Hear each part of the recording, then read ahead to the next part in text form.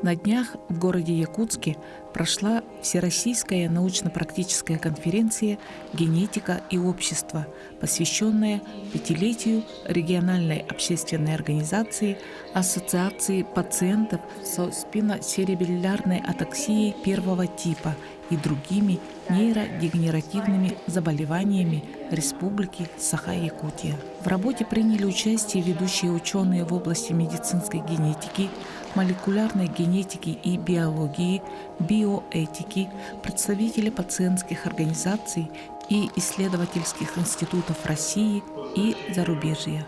Сегодня прошел очень знаменательный день. Мы провели конференцию «Общество и генетика», приуроченная к пятилетию региональной общественной организации Ассоциация пациентов со спинносеребеллярной атаксией и другими нейродегенеративными заболеваниями Республики Саха-Якутия. Учитывая то, что нейродегенеративных заболеваний с каждым годом становится все больше во всем мире, мы считаем, что эта конференция была необходима, и общественность проявила достаточно большой интерес к нашей конференции. Одним из важных, наиболее почитаемых участников нашей конференции это Лев Герцевич Гольфарб, который в данное время проживает в Соединенных Штатах Америки, в городе Бетезда, является доктором медицинских наук, профессором и работает в Институте здоровья в Америке. Он стоял в 90-х, 2000-х годах у истоков изучения нейродегенеративных заболеваний и является одним из ученых, который открыл спинносеребеллярную атаксию в Якутии именно. Также участниками наших конференций являются наши бывшие сотрудники, Елена Викторовна Павлова из Института Кембриджа в Великобритании и Алексей Юрьевич, тоже также из Института Кембриджа в Великобритании. Одним из участников нашей конференции является Ян Владимирович Власов, член Общественной палаты Российской Федерации. Также доклад сделала Эльза Камильевна Хуснудинова, доктор биологических наук, профессор из Уфимского института генетики и биохимии. И также выступила с докладом Альбина Кадимовна Марданова, кандидат медицинских наук, известный врач-генетик из Уфы. После указа нашего президента Путина о создании гражданского общества у нас появилась возможность в 2020 году зарегистрировать региональные общественные организации «Общество пациентов». Об этом мы мечтали с начала 2000-х годов, когда специалистами ЯНЦ КМП был выделен ДНК человека в Якутии. В Якутии имеется множество распространенных генетических заболеваний. Одно из самых изученных – это спинносеребеллярная атаксия первого типа. Генетические заболевания обязательно должны быть верифицированы именно молекулярно-генетическими анализами. На заре изучения спинносеребеллярной атаксии анализы отправлялись в Соединенные Штаты Америки, в город Бетезда, там проводились исследования, и впоследствии они стали проводиться уже в Москве. Но с 2000 года анализы проводятся уже у нас здесь, в Республике Саха-Якутия. После выделения ДНК человека в 2000 году мы также получили возможность именно дородовой диагностики спинносеребеллярной атаксии, и семьи, отягощенные ССА, они получили возможность выявления, дородового выявления и решения в семейном совете вопроса о пролонгировании беременности или же прерывании беременности по желанию самой семьи. Это был большой прорыв на то время. Но по мере изучения спинносеребеллярной атаксии мы поняли, что все-таки не все остается понятным нашим пациентам. Но когда человек мало что понимает об заболевании и об перспективах, то, конечно же, он закрывается. И мы в 2020 году все-таки получили возможность создания региональной общественной организации и воплотили свою мечту в практику. В январе 27 мы зарегистрировали НКО, и на сегодняшний день мы выиграли 6 грантов. Это 4 гранта фонда президентских грантов и 2 гранта главы Республики Саха-Якутия. Выиграли 2 субсидии городского образования город Якутск, чтобы помочь нашим пациентам. Все 5 лет нашей работы мы проводили медико-социальную помощь, проводили анкетирование наших пациентов, предоставляли поддерживающую терапию нашим пациентам в отделении неврологии Центра нейродегенеративных заболеваний Якутского научного центра, где ежегодно лечатся, получают поддерживающие терапии более 500 пациентов, среди них более 100-150, разный год по-разному. Это пациенты именно с нейродегенеративными заболеваниями, в том числе и со спиноцеребелярной атаксией. Мы расширили свою базу данных по пациентам со спиноцеребелярной атаксией и создали сайт, иные общественные союзы, где наши пациенты активно обсуждают насущные бытовые проблемы, проблемы лечения, проблемы поддерживающей терапии. Вот с такими итогами мы встречаем наше 5-летие. И хочется еще отметить одно из наших направлений – это экспедиционная работа.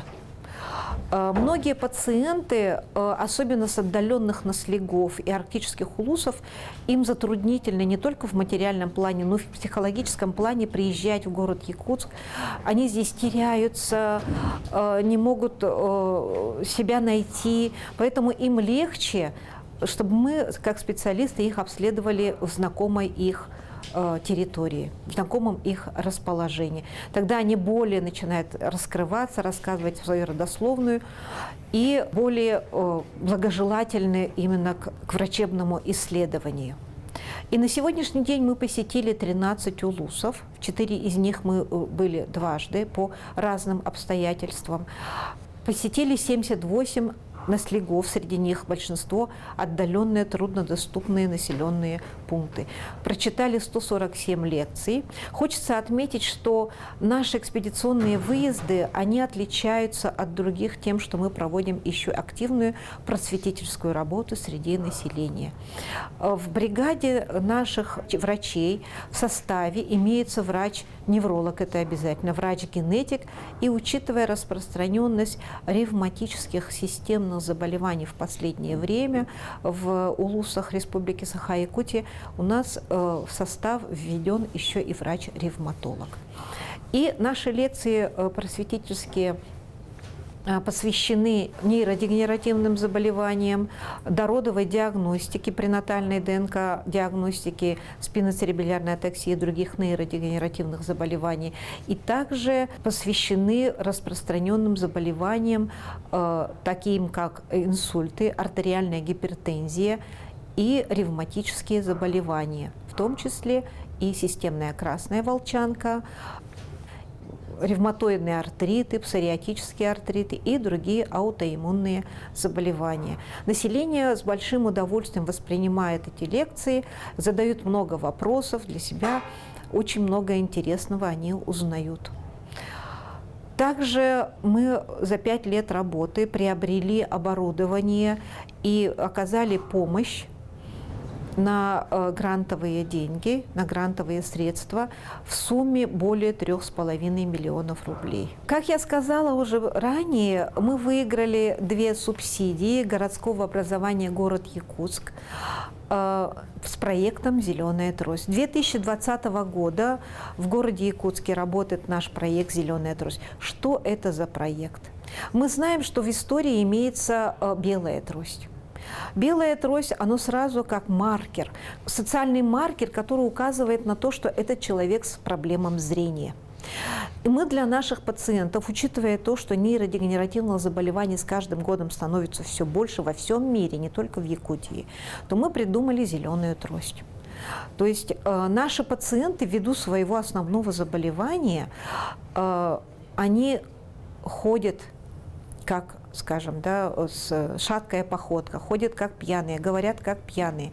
Иногда их принимают за людей в алкогольном опьянении. У наших пациентов вдруг резко может начаться приступ головокружения. Человек сразу резко теряет горизонт.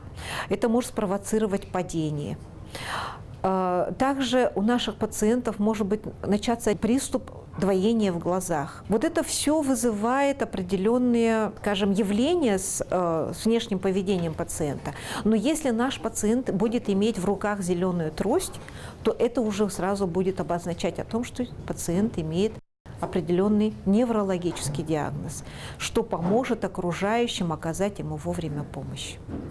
Мы планируем расширить наш проект «Зеленая трость» и выйти за пределы Республики Саха-Якутия. Другой проблемой является то, что нейродегенеративные заболевания, как и отмечают другие специалисты, врачи-неврологи во всем мире, эти заболевания стали молодеть. То есть они начинают проявляться в более молодом возрасте. Это касается и наследственных нейродегенеративных заболеваний, в том числе и спиноцеребелярной атаксии. Что же способствует омоложению наших проявления этих заболеваний? В последнее время увеличилось количество публикаций о том, что играет роль оксидативный стресс, закисление организма. На закисление организма играет важную роль наше питание. Питание наше изменилось за последние, скажем, 20 лет вот с момента изменения, значит, структуры маркетинга в магазинах. Вот. Идет жесткая реклама и углеводных продуктов, идет реклама алкогольных продуктов. Вот. Наши пациенты стали принимать это как норму. И вследствие этого болезнь начинает молодеть. И хочется обратить внимание не только пациентов со спиноцеребральной атаксией, да, которые находятся в группе риска, но и обычных наших больных, наших потенциальных пациентов, да, и населения, что наше питание играет очень огромную роль в манифестации заболевания. Все практически заболевания, они генетически детерминированы в той или иной степени. Есть такое понятие мультифакториальность. Много различных факторов влияет на проявленность заболевания. И если мы будем педалировать на какой-то определенный фактор, в том числе на оксидацию, то эта болезнь просто будет наступать раньше времени, с которым бывает очень трудно справиться.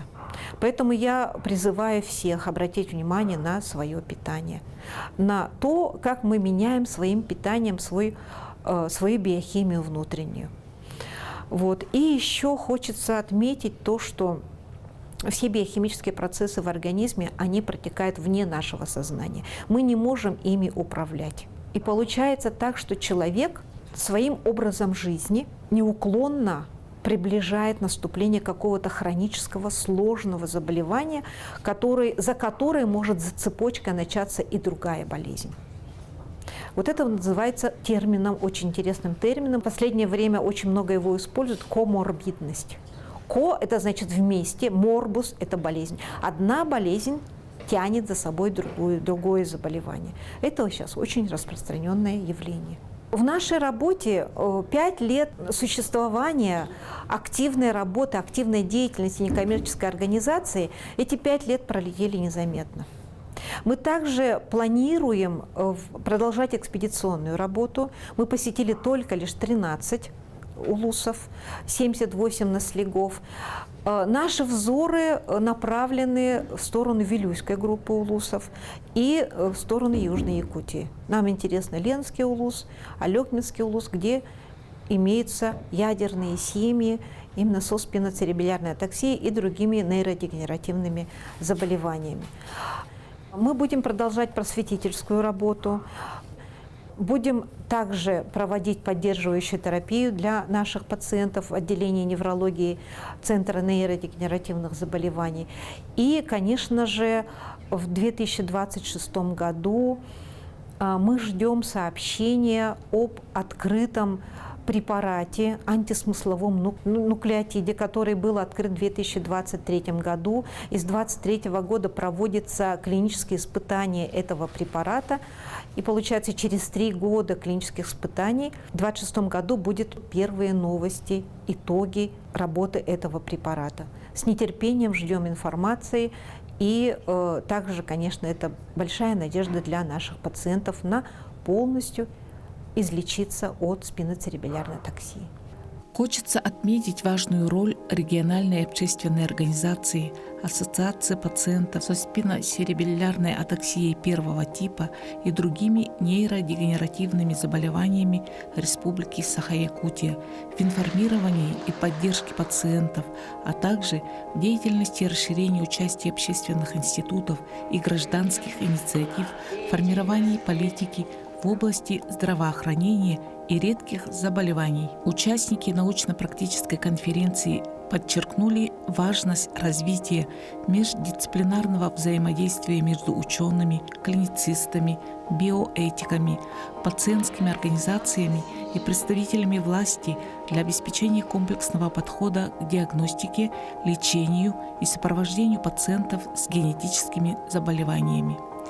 Также одним из основных пунктов резолюции внесли обеспечение доступности медицинской помощи населению, повышение качества медицинских услуг, увеличение объема мероприятий по профилактике наследственных заболеваний путем внедрения в медицинскую практику современных методов профилактики, диагностики и лечения.